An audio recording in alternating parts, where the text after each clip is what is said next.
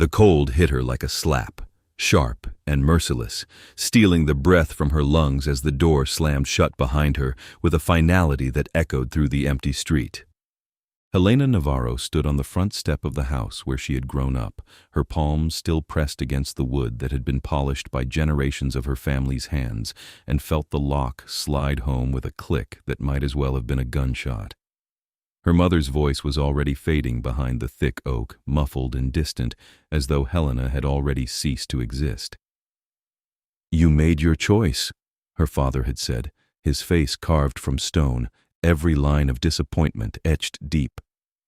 "Now live with it." The choice. As if loving someone they disapproved of was a crime worthy of exile. As if 23 years of being their daughter, of bending herself into the shape they demanded, meant nothing the moment she dared to want something for herself. She had refused to marry the man they'd chosen, a business associate's son with dead eyes and clammy hands, and that refusal had been the final straw in a lifetime of small rebellions they'd catalogued and hoarded like weapons. Helena stepped back from the door, her thin coat doing nothing against the January wind that whipped down the Chicago street. Snow had begun to fall, small dry flakes that stung her cheeks and caught in her dark hair. She had no gloves. They'd given her 10 minutes to pack a bag, and she'd been so numb with shock that she'd forgotten gloves, forgotten her winter boots, forgotten half the things that might have kept her alive in weather like this. The bag sat at her feet now, a pitiful canvas thing stuffed with clothes she'd grabbed blindly from her closet. Everything she owned, everything she was, reduced to 15 pounds of fabric and a wallet with $83 and a debit card they'd probably already canceled. She picked up the bag and started walking, because standing still meant freezing, and freezing meant dying, and she wasn't ready to give them that satisfaction. The street was empty, the brownstones on either side lit from within, golden rectangles of warmth that mocked her with every step. This was the neighborhood where she'd learned to ride a bike, where she'd walked to school every morning, where everyone knew the Navarro name and nodded with respect. None of that mattered now. She was no one. Nothing, a ghost drifting through streets that no longer recognized her. Her phone buzzed in her pocket. She pulled it out with shaking fingers, hope flaring stupidly in her chest. Maybe they'd changed their minds, maybe. But it was just a text from her older brother Marcus. "You brought this on yourself. Don't come crawling back." She stopped walking, read it again. Then she threw the phone as hard as she could into the snowbank beside the road and watched it disappear into the white. The cold was getting worse. Her toes were already numb inside her canvas sneakers, and she couldn't feel her fingertips. She needed to find somewhere warm, but where? The friends she'd had were all part of the same tight-knit community her family controlled, and they'd already stopped answering her calls the moment word of her disgrace spread. The ex-boyfriend who'd been the catalyst for all of this had vanished the second her family confronted him, proving himself exactly as spineless as her father had claimed. Shelters existed, but her mind skittered away from the thought, still clinging to some shred of pride even as hypothermia crept closer. She turned a corner onto a street she didn't recognize, her sense of direction scrambled by panic and cold.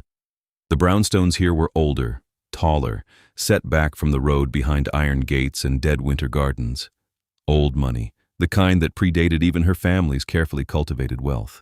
She kept walking because stopping still wasn't an option, her breath coming in clouds that froze in her eyelashes. Then she saw the house. It stood at the end of the street, larger than the rest, a gothic revival mansion that looked like it had been transplanted from another century entirely. 3 stories of dark stone and pointed arches, windows tall and narrow, a heavy oak door set beneath a carved lintel she couldn't quite make out in the darkness. No lights shone from inside, but something about it drew her forward, pulled her like a hook in her sternum. She stopped at the gate. Wrought iron, intricate scrollwork, topped with finials that might have been fleur-de-lis or might have been something else, something sharper. The gate wasn't locked. It swung open at her touch with a creak that sounded too loud in the silent street. Helena looked back the way she'd come. Nothing. No one. Just snow and darkness and the slow death of exposure. She looked at the house, and the door opened. No sound of footsteps, no porch light flickering on, just the door swinging inward, revealing an entrance hall lit by what looked like candlelight, warm and golden and impossible.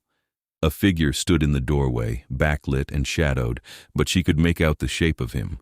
Tall, very tall and slender in a way that suggested strength rather than fragility. He wore dark clothes that might have been a suit or might have been something more old-fashioned. She couldn't tell from this distance. He said nothing, made no gesture of welcome or warning. He simply stood there. The door opened, and the warmth from inside reached out to her like a hand extended. Helena's practical mind screamed warnings. Strange house, strange man, door opening at the exact moment she needed it most. It was horror movie perfect, the setup for every cautionary tale.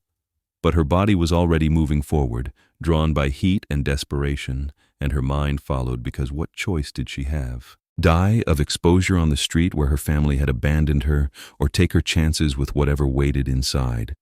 She climbed the steps, 4 of them, stone, worn smooth in the centers by centuries of footfalls. The man stepped back as she approached, still silent, and she got her first clear look at him. Her breath caught. He was the most beautiful thing she'd ever seen, and the most terrifying. Skin so pale it seemed to glow in the candlelight, white blonde hair that fell past his shoulders in a straight silk curtain, features so fine and perfect they looked carved rather than born. But it was his eyes that stopped her heart. Pale gray, almost silver, ancient and knowing and sad in a way that made her own grief feel like a child's scraped knee. And she knew with the kind of bone-deep certainty that bypassed logic entirely. This man wasn't human, had never been human, or hadn't been for a very, very long time. Vampire. The word rose up from stories and movies and late-night internet rabbit holes, but standing here in front of him, it felt less like fantasy and more like taxonomy. A simple classification of what he was: predator, immortal, other. She should run. She stepped inside instead. He closed the door behind her, the sound of it shutting a soft click that nonetheless felt final.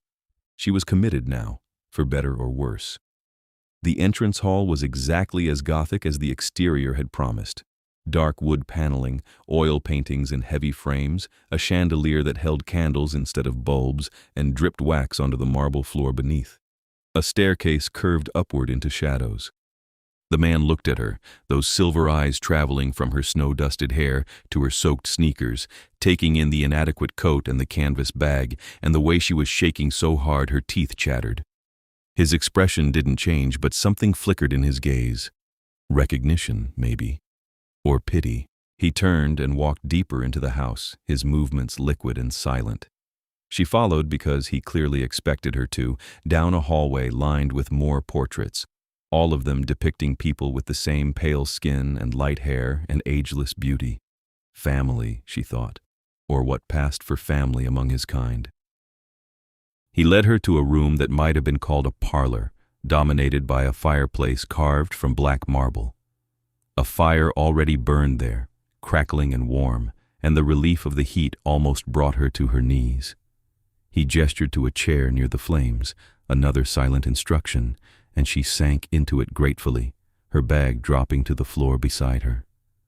Only then did he speak, his voice low and accented with something she couldn't place, vowels shaped by a language older than the house.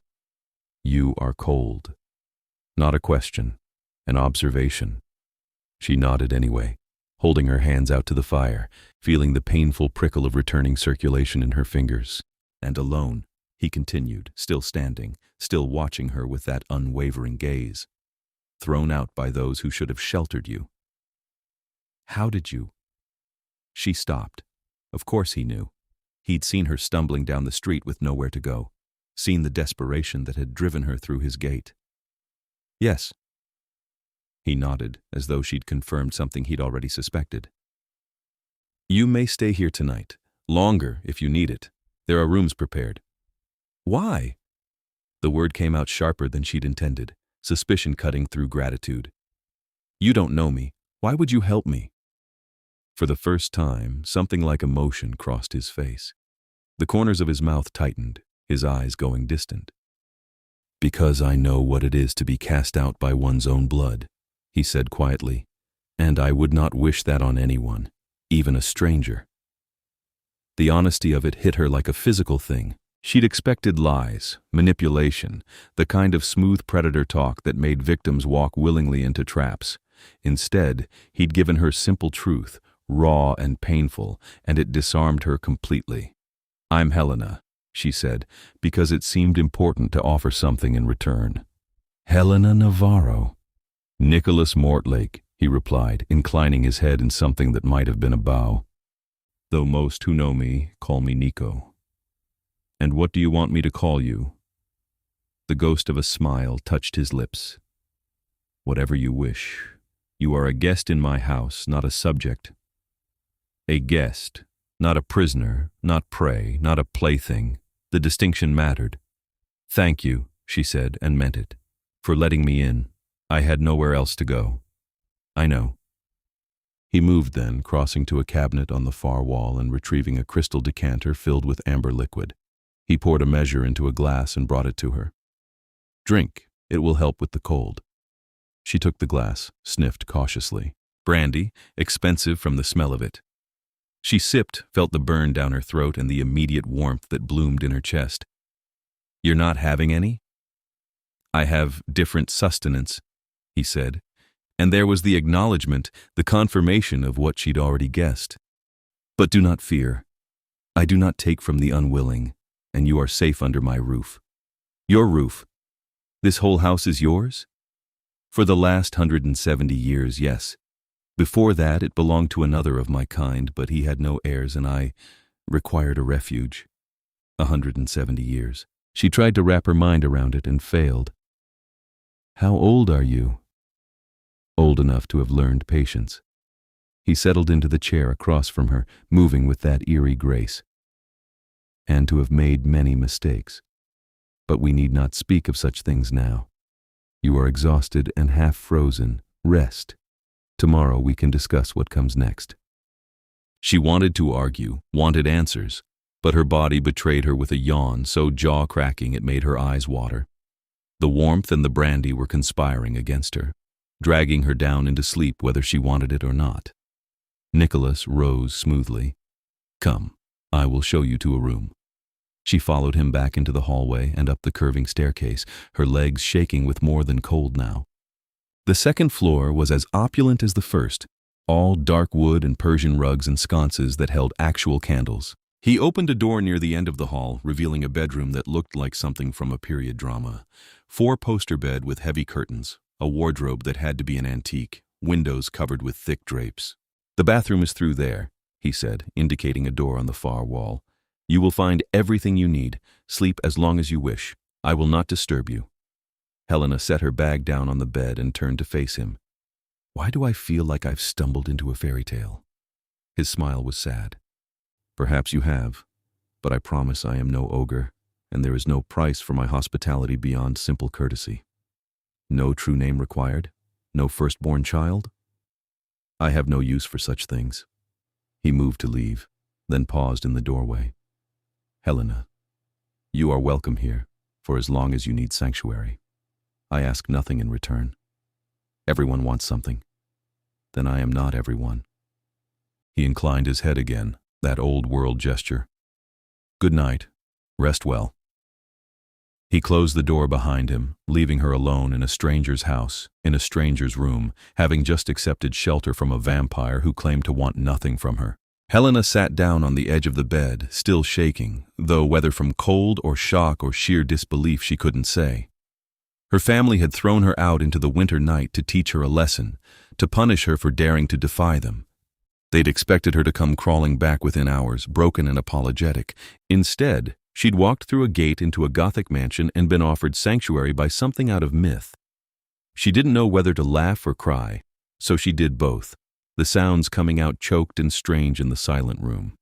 Then she stripped off her wet clothes, found a nightgown in the wardrobe that fit well enough, and crawled into the massive bed. The sheets were silk, cool against her skin, and the mattress was the most comfortable thing she'd ever felt. She closed her eyes, expecting to lie awake for hours, mind racing, but sleep took her under in minutes, dragging her down into dreams of silver eyes and warm fires and doors that opened without a word.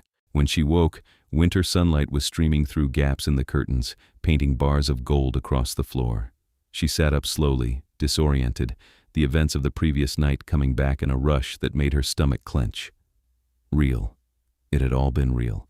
Her family's rejection, the cold, the house, the vampire, Nikolaus. She climbed out of bed and padded to the window, pulling back the curtain to look out. The view showed the back garden, a winter wasteland of bare trees and snow-covered paths, enclosed by a high stone wall. Private, isolated, safe. The bathroom turned out to be fully stocked with toiletries, thick towels, even a robe hanging on a hook behind the door. She showered until the last of the chill left her bones, then dressed in the cleanest clothes from her bag, jeans and a sweater, both rumpled from being stuffed in the canvas bag but serviceable. Her reflection in the mirror looked haunted, dark circles under her eyes, her face too pale. She looked like someone who'd been thrown away. She went downstairs, following the scent of coffee that seemed impossible given what she knew about her host. The kitchen turned out to be a massive room at the back of the house, all marble counters and a stove that looked Victorian, and yes, there was a coffee maker on the counter, already full and hot. A note sat beside it, written in elegant script on heavy paper. Help yourself to anything in the kitchen. I am indisposed during daylight hours, but I will find you at sunset if you wish to talk. N. Indisposed. She looked up at the ceiling, wondering which room was his, what he did during the day. Slept in a coffin. Somehow she doubted it. Nothing about him had matched the Hollywood cliches. She poured coffee, found bread and butter and jam in a pantry that was better stocked than most grocery stores, and made herself breakfast. The normalcy of it was surreal. She was eating toast in a vampire's kitchen, drinking coffee in a house that had stood for nearly 2 centuries, and her family had no idea where she was. Good. She spent the day exploring cautiously, keeping to the public rooms on the first floor. The library made her catch her breath. Floor-to-ceiling shelves stuffed with books in a dozen languages, leather spines cracked with age, and newer volumes mixed in. A collection built over lifetimes. She pulled down a volume at random and found it was a first edition of Dracula, signed by Bram Stoker. She put it back very carefully. The parlor where she'd warmed herself the night before looked less intimidating in daylight, the portraits on the walls revealing themselves as skilled work, each subject rendered in meticulous detail. They all had that same pale beauty, that same ageless quality. Vampires, then, Nikolaus's family, or his coven, or whatever the correct term was. She found herself staring at one in particular. A woman with white blonde hair piled high in a style from the 1700s, wearing a gown of midnight blue. Her eyes were the same silver as Nikolas's, but colder, more remote. A small plaque on the frame read Isolde Mortlake, 1703. My sister. Helena spun, heart hammering. Nikolaus stood in the doorway, dressed now in dark trousers and a white shirt with the sleeves rolled to his elbows, looking perfectly at ease despite the sunlight still visible through the windows. I thought you were indisposed. The sun is setting. He gestured to the windows, and she realized he was right. The light had gone golden, shadows lengthening. She'd lost track of time. And I wished to see how you fared. Your sister, she said, turning back to the portrait, is she dead, truly dead beyond revival? His voice was flat, carefully empty. She was executed by the council 200 years ago for crimes I will not detail. I was not permitted to intervene. I'm sorry. Are you? He moved into the room, coming to stand beside her, his gaze on the portrait. Most would say she deserved her fate. The council does not act without cause. Did you think she deserved it? A long silence. Then, quietly, no. I thought the punishment did not fit the crime, and I said so. Loudly. That was my mistake. Helena looked at him sharply. They punished you for defending her? They cast me out of the bloodline, stripped me of my position, my house, my name. I was Nikolaus Vasilescu then, youngest prince of an ancient Romanian line. His mouth twisted. I became Nicholas Mortlake when I arrived in England, taking the name of the house I purchased with what little wealth they allowed me to keep. A new name for a new life, built on the ashes of the old. The pain in his voice was centuries old, but no less real for its age. She understood it, felt the echo of it in her own chest. "So you do know," she said softly, "what it's like to be thrown out by your own blood." "I know." He looked at her then, and the understanding in his eyes was complete. "I know the cold, Helena. I know the way it feels when the door closes and the lock slides home. I know what it is to be declared dead while still breathing." "How long ago?" 217 years. I have not spoken to anyone of my former house since." She tried to imagine it. 2 centuries of exile, of being cut off from everything he'd known. "Do you miss them?" "I miss what I thought they were." He turned away from the portrait, his expression hardening. "I do not miss the truth of them. There is a difference." She knew that difference. She was already learning it. "My family expected me to marry a man I didn't love. When I refused, they gave me an ultimatum, him or exile. I chose exile." The words came easier than she'd expected. "I had a boyfriend, the reason I refused the arranged marriage. But when my family confronted him, he ran. Didn't even try to fight for me. Just disappeared. Then he was a coward and unworthy of you. I know that now. But last night, standing in the cold, I wondered if maybe my father was right. Maybe I'd thrown away everything for nothing." Nikolas's eyes flashed, a hint of something sharp and dangerous. "Your father was wrong. You threw away nothing. They threw you away, and that is their failure, not yours." The vehemence in his voice surprised her. "You don't even know me." "I know you had the courage to choose yourself over their expectations. That is enough." He paused, seemed to gather himself. "I apologize. I have strong feelings about families who discard their own." I noticed. She tried for a smile. "It's okay. Actually, it's nice to have someone on my side for once. You will always have that here," he said simply, "for as long as you need it." The weight of the promise settled over her, warm and solid. She'd known this man for less than 24 hours, but she believed him. "Thank you." He inclined his head. "Have you eaten? There is more food in the kitchen, and I can prepare something if you wish." "You cook?" "I have had many years to learn many skills. Cooking for guests is among the more pleasant ones." He paused. "Though I admit it has been some time since I had anyone to cook for." "You live here alone?" "I have for decades. The last person to share this house with me left in 1987. A flicker of old grief crossed his face. She was human, and she aged as humans do. I helped her to the end, and when she passed, I found I preferred solitude to the pain of watching another mortal life burn out like a candle. The loneliness in those words made her chest ache. That must be hard, outliving everyone you care about. It is the curse of immortality. We are meant to be apex predators, eternal and unchanging. But the cost is that everything we love eventually turns to dust. He looked at her, and she saw the warning in his eyes. "You should remember that, Helena. I can offer you sanctuary, but I cannot offer you a future without grief." "I'll take the sanctuary," she said. "The future can take care of itself." Something eased in his expression, a tension she hadn't realized he was carrying. "Then let me make you dinner and you can tell me what you need. Money, documents, assistance finding work, whatever will help you build a new life, I can provide." "Why?" The question burst out of her. "Why help me at all? I'm nothing to you, just some random woman who walked through your gate." He was quiet for a long moment. Then he said, "Because 200 years ago, when I was cast out, no one opened their door for me. I survived, but it was cold and brutal and lonely, and it marked me in ways that have never healed. If I can spare someone else that pain, then perhaps my exile was not entirely without purpose." The raw honesty of it broke something open in her chest.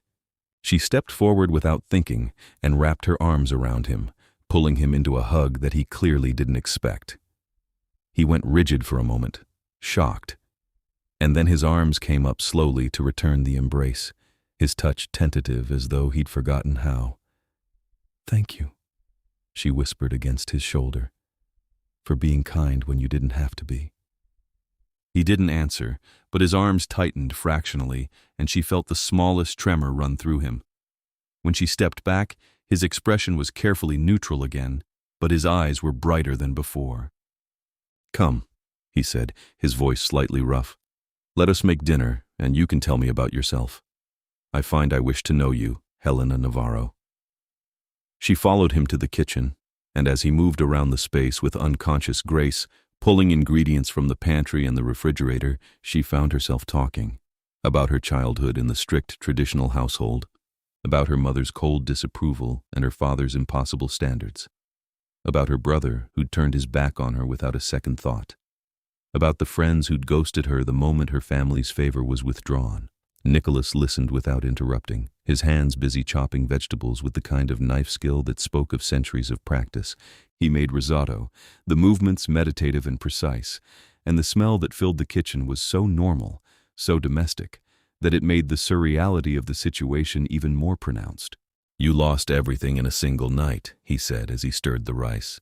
"That takes strength to survive. I didn't have a choice. You always have a choice. You could have begged them to take you back. Many would have. Would you have, if your house had offered?" He was quiet, considering. "No," he said finally. "No, I would not have. I was angry enough to burn every bridge behind me and salt the earth, but I will not pretend it did not hurt." "It hurts," she admitted. "It hurts so much I can barely breathe sometimes. But going back would hurt worse. Then you have already won half the battle. The rest is simply survival, and I can help with that." He served the risotto in beautiful porcelain bowls, and they ate at the kitchen table like normal people, like this was a normal dinner between normal friends. She asked him about his life, and he told her stories that spanned centuries. The London fog of the Victorian era, the jazz clubs of 1920s Paris, the fall of the Berlin Wall witnessed from a rooftop in the East. He spoke of art and music and literature, of watching the world change while he remained static, and she found herself fascinated by the weight of history he carried so lightly. "Do you regret it?" she asked as she finished the last of her wine. "Becoming what you are?" "I did not choose it," he said. "I was turned against my will when I was 26 by a vampire who believed I would make a useful addition to her collection. But I escaped her, found my way to my bloodline, and built a life within their structure. So no, I do not regret what I am. I regret some of what was done to me, and some of what I have done in turn, but not my nature itself." "And now? Are you happy?" He considered the question with the seriousness it deserved. "I am content. I have my books, my music, my solitude. I do not hunger for what I cannot have. Is that happiness? Perhaps it is as close as I can come." It sounded unbearably lonely. She didn't say so, but he must have seen it in her face because he smiled faintly. "Do not pity me, Helena. I chose this isolation. I could have sought out others of my kind, built new connections. I simply found I preferred the quiet. Until you opened the door for me." "Until then," he agreed. "You are the first person I have invited across this threshold in many years. I confess I am still uncertain why I did so. Maybe you were lonely too." His eyes met hers, silver and ancient and sad. "Perhaps I was." The days that followed fell into a rhythm that surprised her with its ease. She would wake late, the winter sun already climbing toward noon, and find Nikolas's notes waiting with breakfast. Suggestions for things to do, books to read, places in the city he thought she might enjoy. He was asleep during the daylight hours, or at least sequestered somewhere she never found, but he left traces of his presence throughout the house. Fresh flowers in the library, a new book on her nightstand that he thought she'd like, a coat and boots in her size appearing in the closet, far warmer than anything she'd brought with her. At sunset, he would find her, and they would have dinner together, talking for hours about everything and nothing. He was easy to talk to once she'd learned to read his subtle expressions, the way his eyes warmed when he was amused even if his face stayed neutral.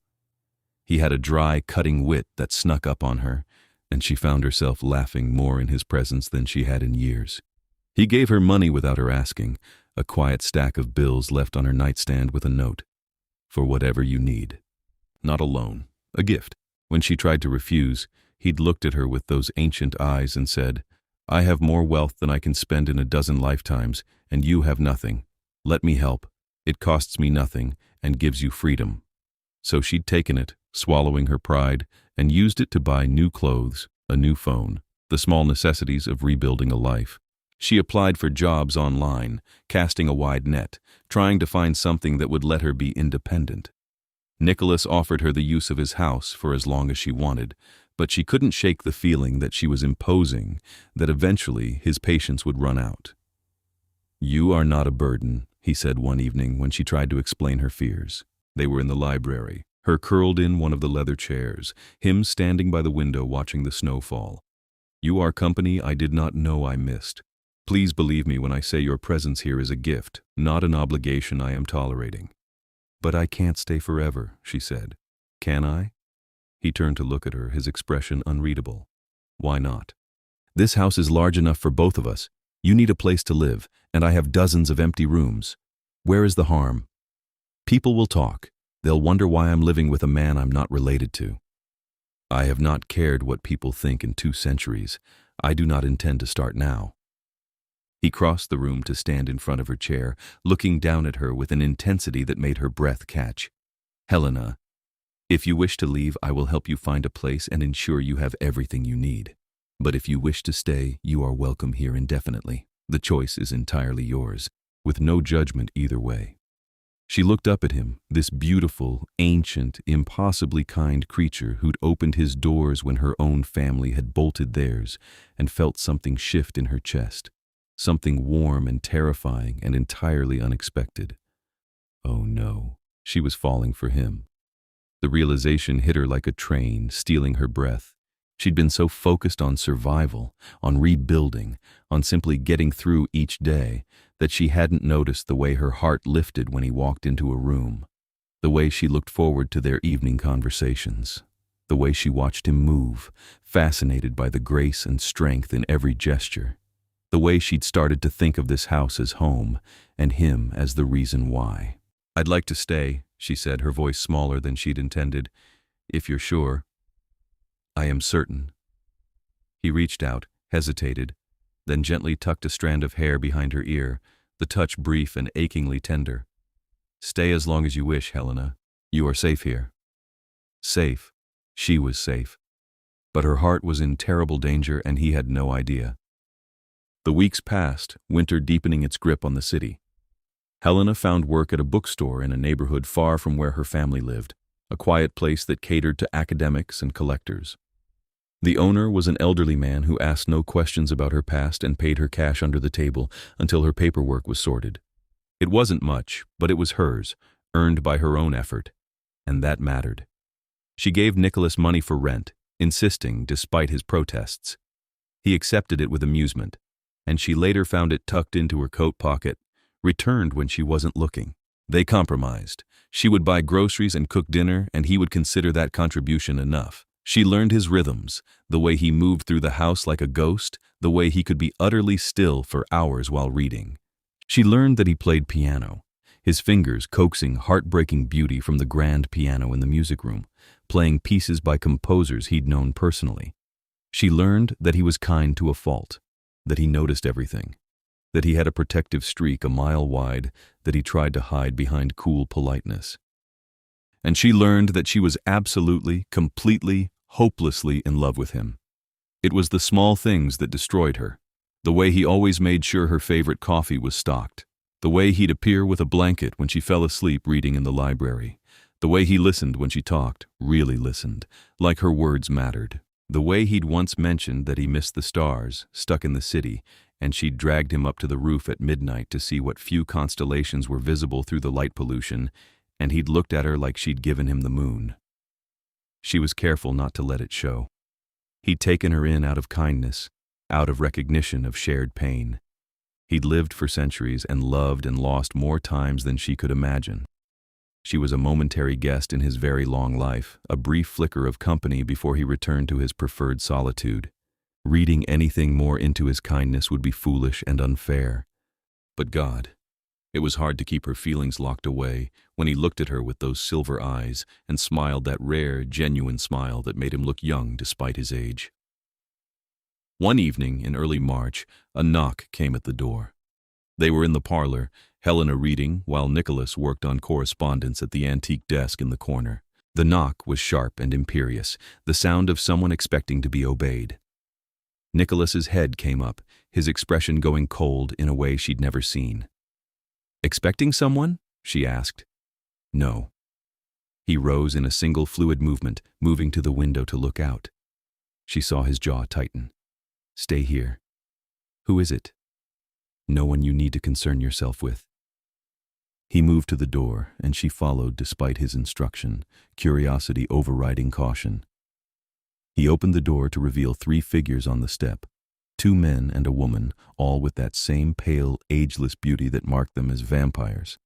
They were dressed in expensive modern clothes, but they carried themselves with the kind of arrogance that spoke of old power. The woman stepped forward, her eyes ice blue, not silver, sweeping over Nikolaus with disdain. "Nikolaus, it has been some time." "Not long enough, Katerina." His voice was pure ice. "What do you want?" "To speak with you." "Are you truly so lacking in courtesy that you would leave us on the doorstep?" "Yes." He didn't move. "State your business and leave." Katerina's eyes narrowed, and then her gaze landed on Helena, standing behind Nikolaus in the hallway. "Ah, you have a pet. How quaint." Helena felt Nikolaus go rigid. "She is a guest in my house and will be treated with respect, or you will leave, now." "Touchy." Katerina's smile was cruel. "Very well.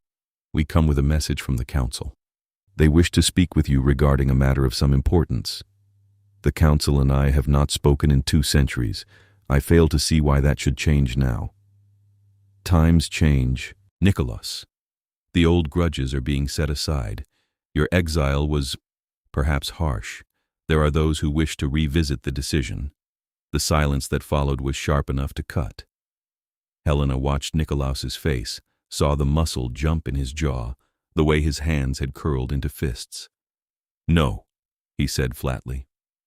Katerina blinked. "You have not even heard the offer." "I do not need to. The answer is no. I was cast out, stripped of everything I was, and told I was dead to my bloodline. I accepted that sentence and built a new life. I have no interest in their regrets or their politics. They are willing to restore your name, your title, your position within the House Vasilescu." Katerina leaned forward. "Everything you lost returned to you. All you need do is return to Romania and take your place again." Helena's heart stopped. Everything he lost. His family, his title, his place in the vampire world, handed back to him like it had never been taken away. "And the price?" Nikolaus asked, his voice dangerously soft. "You know the price. Loyalty to the house, obedience to the council, the usual expectations of one of your rank." "Obedience." He laughed, short and bitter. "They cast me out for refusing to be obedient. What makes them think I would accept those chains now?" "Because you are alone, Nikolaus. You have been alone for 200 years, cut off from your own kind. Do you not miss it? The connection, the belonging? You could come home." Home. The word hung in the air like poison. Helena watched Nikolaus's face and saw the war raging behind his eyes. He'd told her he didn't miss them, but she'd heard the grief in his voice when he spoke of his exile. This was everything he'd lost, offered back to him. He could leave, go back to his family, his world, the life he'd been meant for. She would lose him, but he would gain everything. The thought made her want to weep, but she stayed silent. This was his choice. She had no right to influence it. "I need time to think." Nikolaus said finally. Katerina's smile was triumphant. Of course. We will return in 1 week for your answer. She glanced at Helena again, her expression dismissive. Do try to remember what you are, Nikolaus. Mortal pets are all well and good for passing the time, but they are not family. They cannot understand what you need. Then she turned and left, the two men following, disappearing into the night like smoke. Nikolaus closed the door very slowly, very carefully. He stood with his back to her for a long moment, his shoulders rigid. Nico, Helena said softly, I need to be alone. His voice was strained. Please. He walked past her without meeting her eyes, heading for the stairs, and she heard his door close with a quiet click that might as well have been a slam.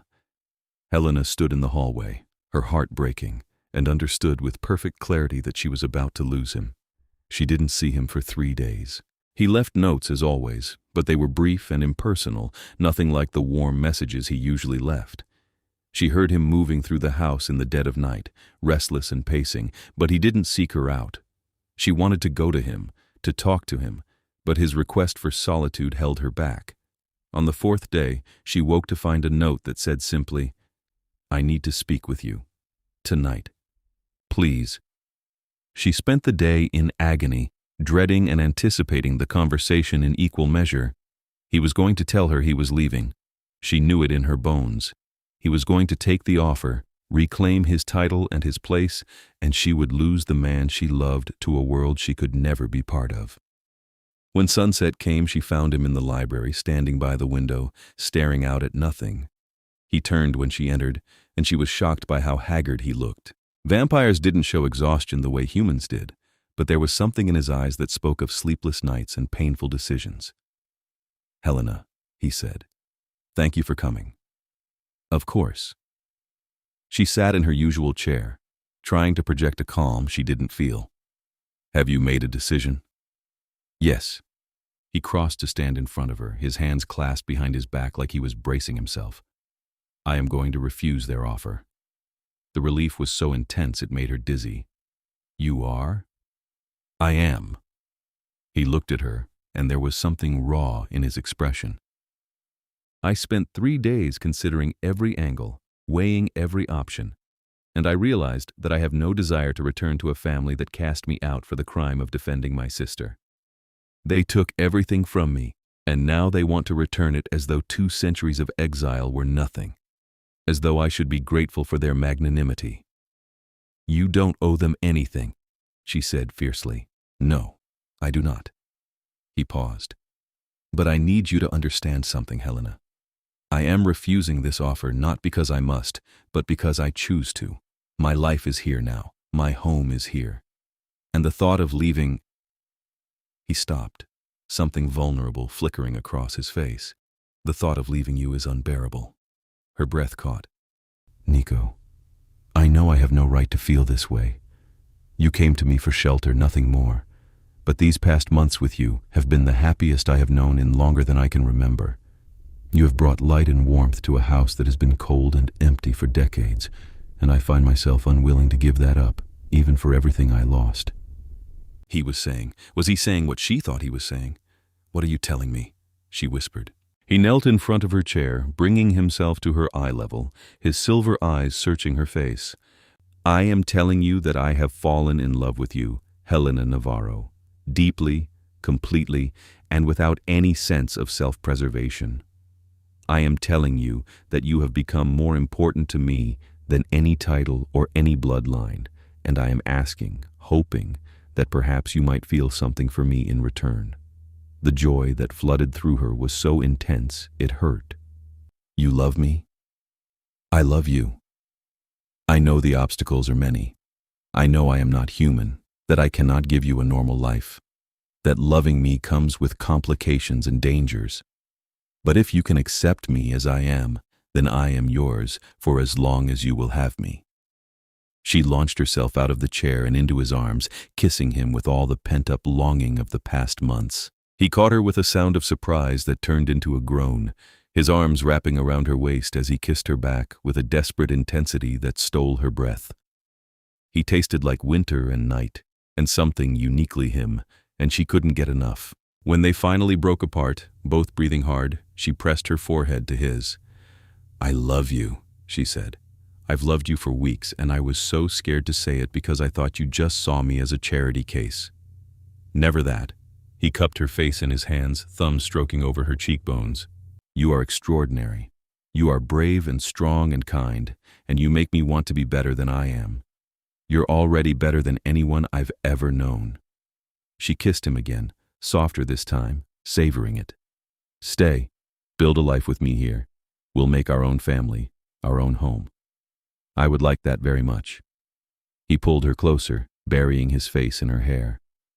"Thank you for walking through my gate, Helena. Thank you for trusting me when you had every reason not to. Thank you for opening the door." She held him tight, this beautiful, ancient, impossibly gentle man who'd saved her life in more ways than one. "Thank you for choosing me."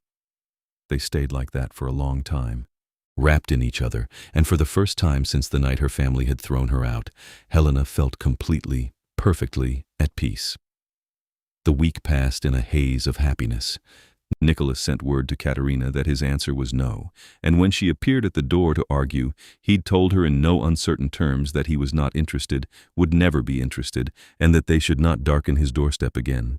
She'd looked at Helena with venom in her eyes and said, "You will regret choosing her over your own kind." But Nikolaus had simply closed the door in her face.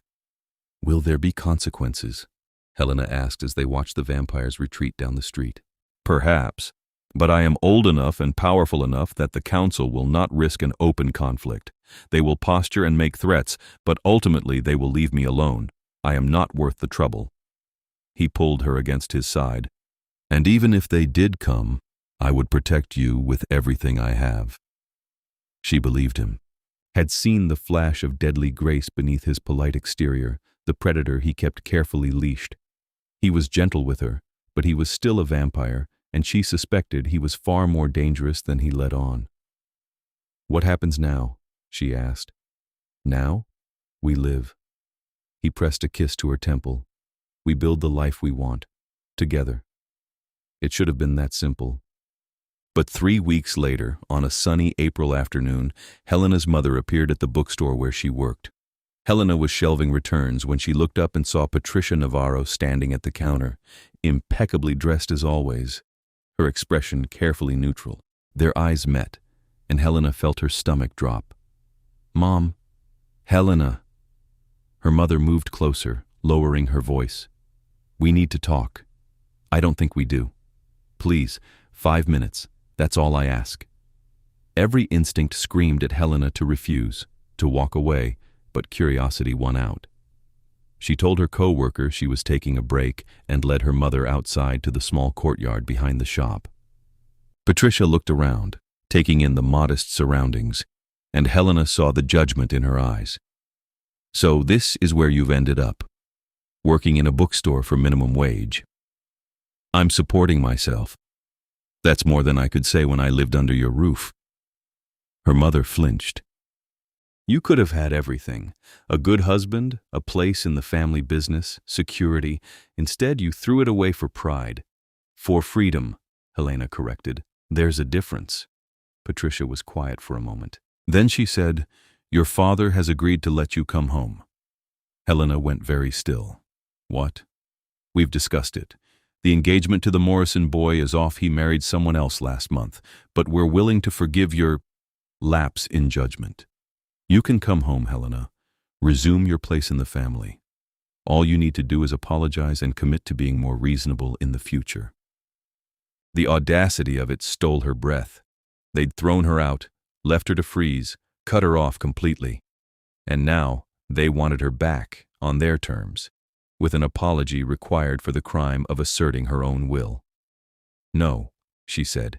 Patricia blinked. "Excuse me?" "I said no. I'm not coming back. I'm not apologizing. I didn't do anything wrong.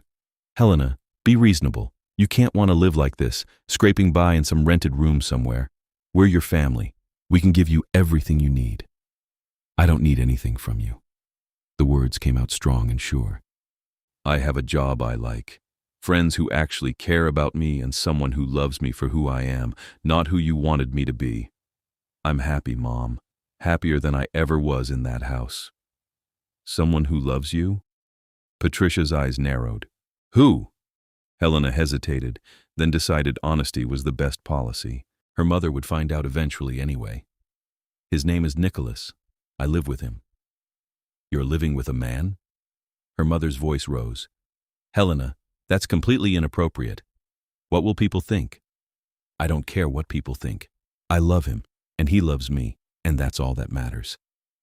Patricia's expression shifted, calculation replacing shock. Is he wealthy? Well-connected? Perhaps this could be salvaged if he's from a good family. He's not interested in your approval or your connections, neither am I. Helena took a step back. I'm sorry you wasted your time coming here, but my answer is no. I'm not coming back now or ever. I've moved on. You ungrateful little... Patricia caught herself, visibly trying to regain her composure. You have no idea what you're throwing away. Your father controls your trust fund, your inheritance. Without the family, you have nothing. I have myself. That's enough. Helena turned to go, then paused. Tell Dad and Marcus I said goodbye. And tell them not to contact me again. She walked back inside the bookstore without waiting for a response, her hands shaking, but her head high. Through the window, she saw her mother standing in the courtyard, her face a mask of fury and disbelief, before she finally turned and left. Helena made it to the bathroom before she started crying, but they were tears of relief, not grief. She'd done it. She'd faced her family's pressure and chosen herself, chosen the life she wanted, chosen Nikolaus. The last tie to her old life was cut, and she was free.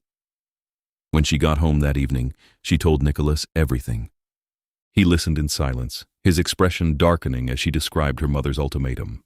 She still believes she has the right to control you, he said when she finished, as though you are property to be reclaimed. She doesn't, not anymore. Helena took his hand. I chose you. I chose us, and I don't regret it for a second. He pulled her into his arms, holding her tight. I am so proud of you, he murmured. You are stronger than they ever gave you credit for. I learned from the best. She pulled back to look at him. You were cast out, and you survived. You built a life on your own terms. You showed me it was possible. We showed each other. He cupped her face gently. I was content to hide in this house forever, alone with my books and my memories. You reminded me what it meant to live, not merely exist. We saved each other, I think. I think you're right. She kissed him softly. So what now? Now? A slow smile spread across his face, rare and beautiful. Now we live the life we choose, together. But life had one more test for them. A month later, Helena came home from work to find Nikolaus pacing in the library, a tension in his movements that immediately set her on edge. What's wrong? He stopped, looked at her, and she saw something she'd never seen in his eyes before. Uncertainty. I received a letter today, from my nephew, my sister Isolde's son. Helena's breath caught. I thought your entire bloodline cut you off. They did, but Alexandru was a child when I was exiled. He would be nearly 250 now, I suppose, old enough to make his own choices. He held up a folded piece of paper. He says he has been searching for me for decades. He says there are things I do not know about Isolde's death, about the circumstances of my exile. He wishes to meet. Do you want to? I do not know. He resumed pacing, agitated. For 2 centuries I have told myself that I was better off without them, that I did not need my bloodline or their approval. But if there is more to the story, if Isolde's death was not what I believed it to be... Helena moved to him, stopping his pacing with a hand on his arm. Then you should meet him, find out the truth. You deserve that.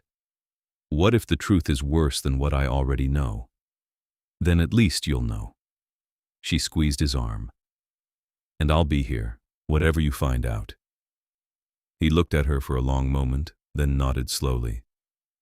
Very well, I will meet him, but you will come with me. Nico, this is family business. You are my family now. His voice was firm. If I am to face my past, I want my future beside me. The meeting was arranged for the following week, in a neutral location, a private room in an exclusive hotel downtown. Helena dressed carefully, knowing she'd be representing herself to vampire nobility and feeling woefully inadequate for the task.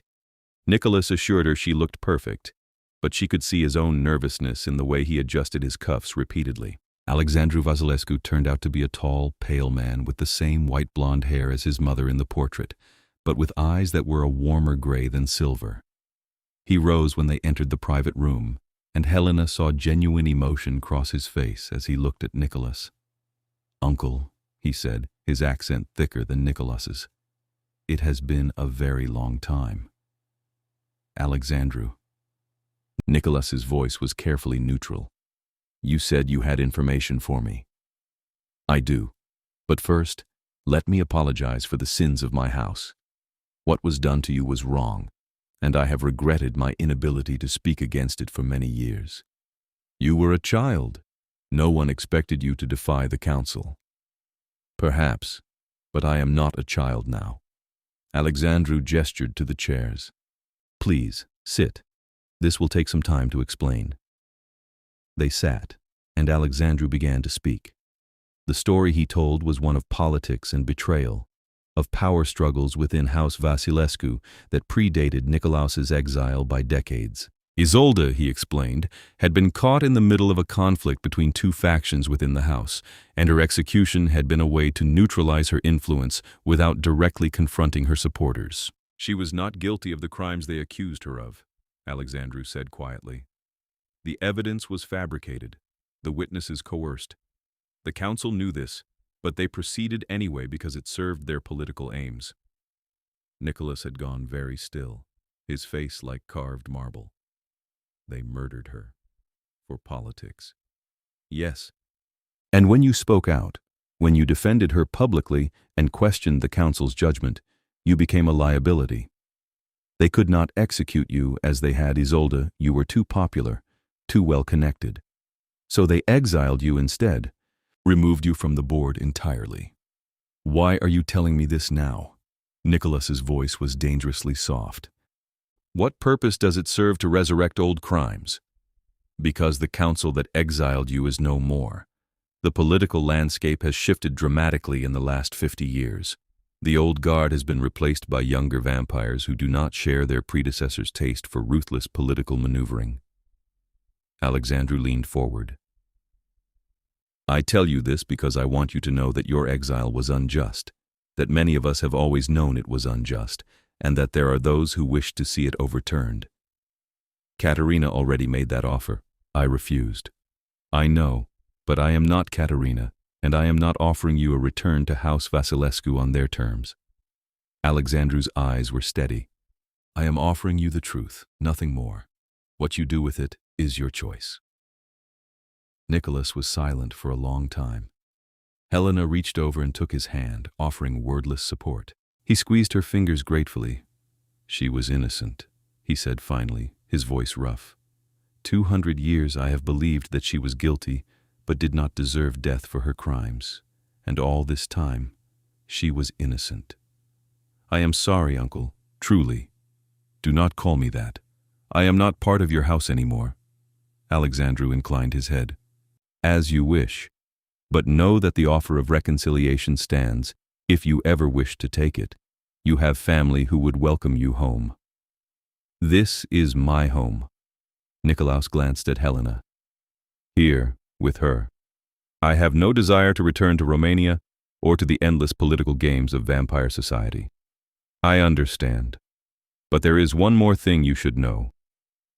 Alexandru pulled out a leather folder and slid it across the table. "Isolde's personal papers recovered from the house archives. She left letters, a journal, things meant for you that were never delivered. I thought you might want them." Nikolaus stared at the folder like it might bite him. Then, slowly, he reached out and took it. "Thank you." "You are welcome. And if you ever need anything, assistance, resources, a connection to your bloodline, you have only to ask. I owe you that much, at least. for my house's sins." They left shortly after, Nikolaus clutching the leather folder like a lifeline. Back at home, he went straight to his room and didn't emerge for the rest of the night. Helena gave him space, understanding that he needed time to process everything he'd learned. She found him the next evening in the library, the folder open on the desk in front of him, papers spread out in organized chaos. He looked up when she entered, and she saw that he'd been crying. His eyes were red-rimmed, his face drawn with grief. "She wrote to me," he said, his voice hoarse. "Letters she knew I would never receive, because she knew they would kill her. She wanted me to know that she loved me, that she was proud of me for speaking up even though it cost me everything. She asked me to forgive her for being the cause of my exile." Helena crossed to him, pulled him into her arms. He buried his face in her shoulder and shook with silent sobs, grief that was 2 centuries old, finally finding release. She held him through it, stroking his hair, murmuring wordless comfort. "She was innocent," he choked out, "and they killed her anyway, and I could not save her. It wasn't your fault. You did everything you could. It was not enough. It was all anyone could do." She pulled back enough to look at him. "Nico, you honored her memory by refusing to back down. You gave up everything to defend her. She knew that. The letters prove it." He nodded shakily. "I know. But it hurts to realize I could have known the truth decades ago if I had only been willing to reach out, to ask questions. Or you would have learned it, and it would have destroyed you at a time when you weren't strong enough to bear it." She cupped his face. "You learned it now, when you have a support system, when you have love in your life. Maybe that's the timing it was meant to have." He leaned into her touch, closing his eyes. "What did I do to deserve you? You opened a door when no one else would. Everything else followed from that one act of kindness." He opened his eyes, and despite the grief in them, there was also love, deep and unwavering. "I would do it again, 1,000 times over." "I know." She kissed him softly. "What do you want to do now? About Alexandra's offer? About the truth?" He was quiet, considering. Then he said, "I want to let it go. My sister is dead and has been for 2 centuries. Learning the truth does not bring her back, but it does give me closure.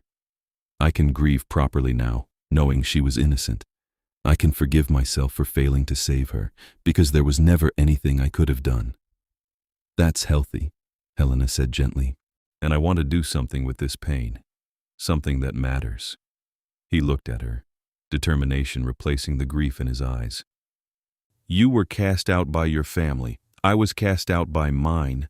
There are others like us, human and vampire both, people who have been disowned and discarded and left to fend for themselves. What if we offered them what I offered you? Sanctuary, support, a place to rebuild." Helena's heart soared. "You want to open your house to others? I want to build something new from the ashes of what we lost, a haven for the displaced, a family of choice rather than blood." He took her hands. "Would you help me? Would you be part of building that?" "Yes." The answer came without hesitation. "Absolutely yes." His smile was brilliant, transforming his face. "Then let us begin." It took months to set up properly. Nikolaus had wealth and connections, and he used both ruthlessly to create a foundation that could support what they envisioned. They converted the upper floors of the house into private suites, each one furnished and ready for occupants. They established relationships with social workers, homeless shelters, and community organizations, putting out word that sanctuary was available for those who needed it, no questions asked. The first person who came to them was a young vampire named Theron, barely 50 years old, who'd been disowned by his bloodline for refusing an arranged marriage to a vampire he despised. He was thin and wary and expected cruelty, and he wept when Nikolaus offered him a room and told him he could stay as long as he needed. After Theron came others, a human woman fleeing an abusive family, a vampire elder who'd been cast out for questioning his house's unethical business practices, a teenage boy whose parents had thrown him out for being gay. One by one they came, drawn by whispered rumors of a place where the discarded could find refuge, and Nikolaus and Helena welcomed them all. The house that had been silent and empty for decades filled with life.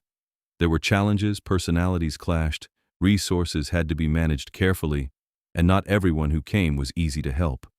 But slowly, steadily, they built something beautiful.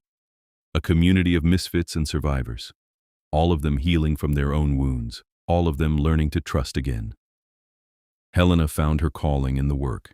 She coordinated resources, helped people navigate the practical aspects of rebuilding their lives, and offered a listening ear when someone needed to talk. Nikolaus handled the vampires with the kind of quiet authority that came from centuries of life, teaching them how to survive outside the rigid structures of vampire society. And at night, when the house was quiet and everyone else was asleep, they would retreat to their private rooms and fall into each other's arms, grateful for the love they'd found and the purpose they'd built together. A year after Helena had been thrown into the cold by her own family, they held a celebration. Not for any particular holiday, but simply to mark the anniversary of the house's transformation. 15 people now called the Mortlake house home, with a dozen more who'd passed through and moved on to independent lives, and the gathering was loud and warm and joyful. Helena stood in the doorway of the parlor, watching Nikolaus talk with Theron and 2 of the other residents, his face animated in a way it never was before she came. He looked happy, genuinely, deeply happy, and the sight of it made her heart overflow. "You've been good for him," a voice said beside her. She turned to find Alexandru, who'd become a regular visitor over the past year, helping to fund their work and occasionally referring vampires who needed sanctuary. "I like to think we've been good for each other. More than that. You've given him a reason to engage with the world again. Before you, he was slowly calcifying, turning into a relic. Now he's alive again." Alexandru smiled. "My aunt would have liked you. I wish I could have known her. In a way you do. Nikolaus carries her with him, in the way he defends the defenseless and stands against injustice. You've helped him remember that part of himself." Helena looked back at Nikolaus and found him watching her, his silver eyes soft. He excused himself from his conversation and crossed to her, sliding an arm around her waist. "What are you 2 conspiring about?" he asked lightly. "Just discussing how wonderful you are," Alexandru said. "I'll leave you to your celebration. Congratulations on everything you've built here." He left, and Nikolaus turned to Helena, pulling her close. "Are you happy?" "Deliriously." She rested her head on his shoulder. "This is everything I could have wanted. A home, a purpose, a family we chose. And you. And me," he agreed, pressing a kiss to her hair. "I have been thinking, Helena, about the future." "Oh?" "You're human. You will age, and I will not. Eventually, we will face the same pain I spoke of when we first met, the grief of mortality meeting immortality." Her stomach clenched.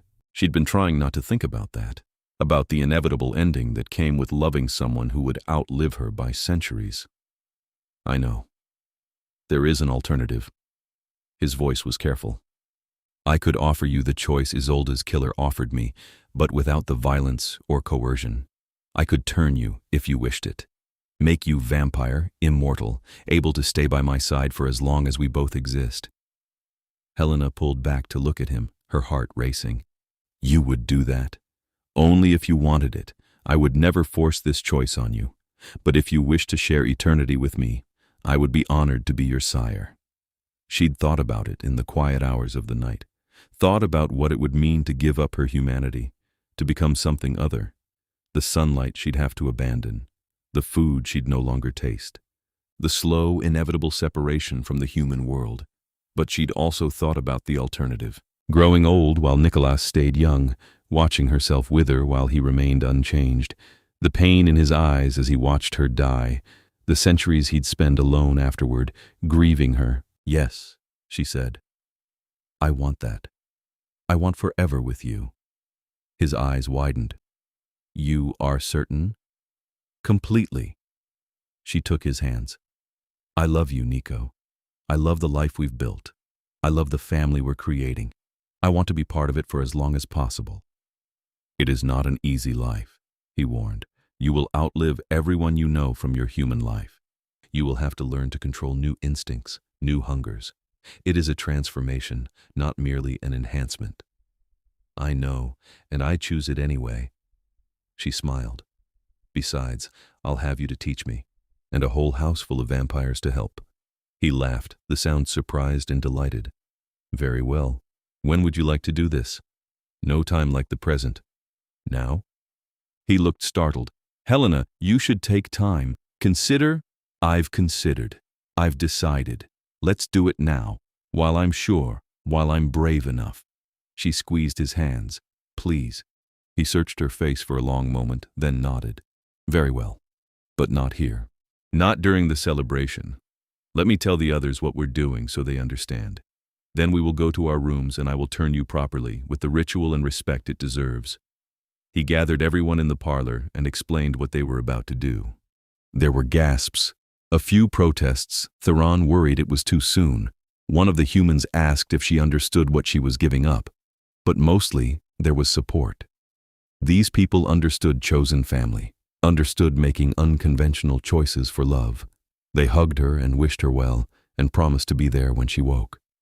Then, Nikolaus led her upstairs to the suite they shared, closing the door on the world outside.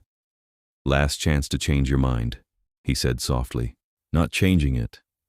She sat on the edge of the bed, looking up at him. "I'm ready." He knelt in front of her, taking her hands. "The process is painful. I will not lie to you about that. The venom burns as it transforms you, and the death of your human self is agonizing. But I will be with you through every moment, and when you wake, you will be vampire, immortal, mine if you still want to be. I'll always want to be yours." She leaned forward and kissed him. "Do it. Make me yours in every way." He returned the kiss with a fierce tenderness, then moved to her throat, his lips brushing over the pulse point there. She felt his fangs extend, the sharp points pressing against her skin, and then he bit down. The pain was instant and overwhelming, a burning that spread from the wound through her entire body. She gasped, clutching at his shoulders, and felt him hold her tighter as he drank. The world started to gray at the edges, her heartbeat slowing, and she realized with detached calm that she was dying. Then he pulled back, bit his own wrist, and pressed it to her mouth. "Drink," he commanded, his voice echoing strangely. "Drink and live." She drank, the taste of his blood strange and metallic and right, and felt the burn intensify into an inferno. She screamed, unable to stop herself, and distantly heard him murmuring comfort, holding her as her body tore itself apart and rebuilt itself into something new. Time lost meaning.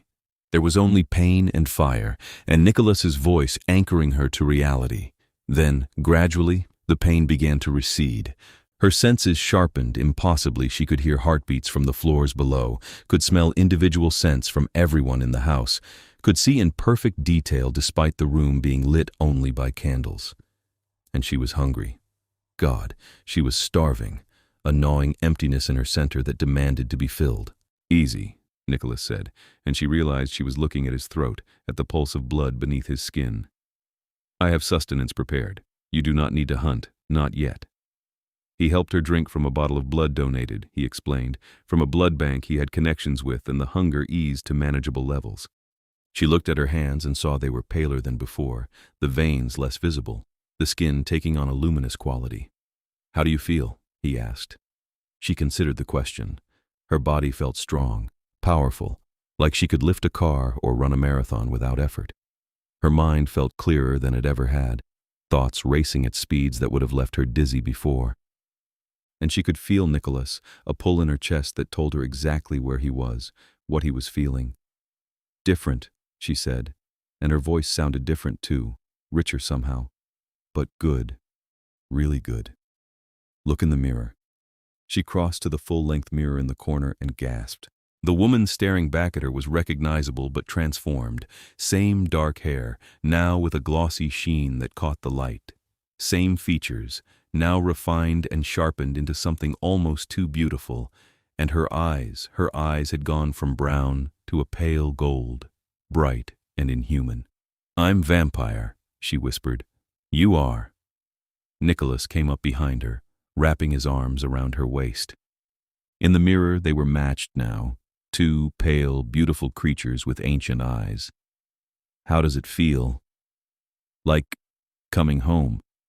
She turned in his arms to face him, Like this is what I was always meant to be. He kissed her, and it was different now. She could feel the bond between them thrumming with power, could sense his emotions as clearly as her own. Love, relief, joy, and underneath it all, a fierce possessive pride that marked her as his. Mine, he murmured against her lips. Yours, she agreed. Always. They made love then, and that was different too. Intensity multiplied by vampire senses and the bond between sire and fledgling. She felt more alive than she ever had as a human. Every touch electric, every sensation magnified. Afterward, they lay tangled together, and she felt completely, perfectly whole. What happens now? She asked. Now you learn how to control your hunger, how to move in vampire society, how to use your new abilities. It will take time, but I will teach you everything I know. He stroked her hair. And we continue our work, building sanctuary for others, creating the family we both needed. A house for the discarded. A house for the found, he corrected. Because that is what we are. I found you in the cold, and you found me in my isolation, and together we found purpose. She smiled, feeling the sharp points of her new fangs against her lip. I like that better. They went downstairs eventually, and the household gathered around to see her transformation. There were tears and hugs and laughter, everyone celebrating her choice and welcoming her fully into the fold. Theron joked that now she'd have to learn vampire etiquette, and one of the humans asked if she'd miss chocolate. I'll miss some things, Helena admitted, but I gained so much more. You gained forever, Nikolaus said, pulling her close, and I gained a partner in every sense of the word. The years that followed were full and rich. The Mortlake house became known throughout both vampire and human communities as a place of true sanctuary where those cast out by their families could find belonging. Helena and Nikolaus ran it together, equal partners in every way, and slowly the house's reputation spread. Alexandru became a regular fixture, and through him, other vampires began to reach out to Nikolaus, seeking to make amends for his exile. He accepted their overtures with cautious grace, but never returned to Romania, never reclaimed his title. He was Nikolaus Mortlake now, founder of a new kind of house, and that was enough. Helena's human family never reached out again. She heard through intermediaries that her brother had married, that her father's business had expanded, that her mother occasionally asked after her with what might have been regret. But they never came to the house, never tried to bridge the gap they'd created, and eventually Helena stopped wondering if they would. She had a family now, a real one, built on choice and love rather than obligation and blood. It was messy and complicated and absolutely perfect.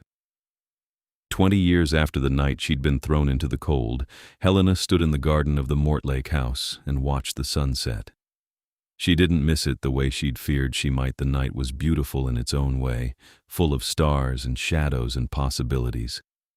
Nikolaus found her there, as he always did, sliding his arms around her waist and pulling her back against his chest.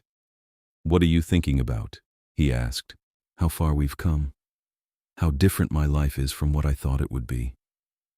She leaned into his embrace. "How grateful I am that you opened your door. I am grateful you walked through it." He pressed a kiss to her temple. "You saved me, Helena. Gave me purpose when I had resigned myself to endless, empty existence."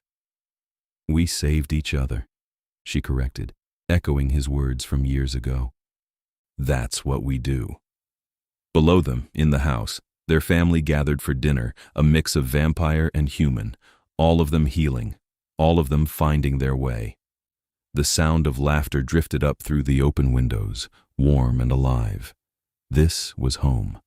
Not the house she'd grown up in, not the family she'd been born to, but the life she'd chosen and the love she'd found when she needed it most. "Come," Nikolaus said, taking her hand. "Let us join the others. I believe Theron is attempting to cook again, and we should probably supervise before he sets something on fire." Helena laughed and let him pull her toward the house, toward the warmth and chaos and love that filled every room. Behind them, the last light faded from the sky, and the stars came out one by one, constant and enduring. Just like them,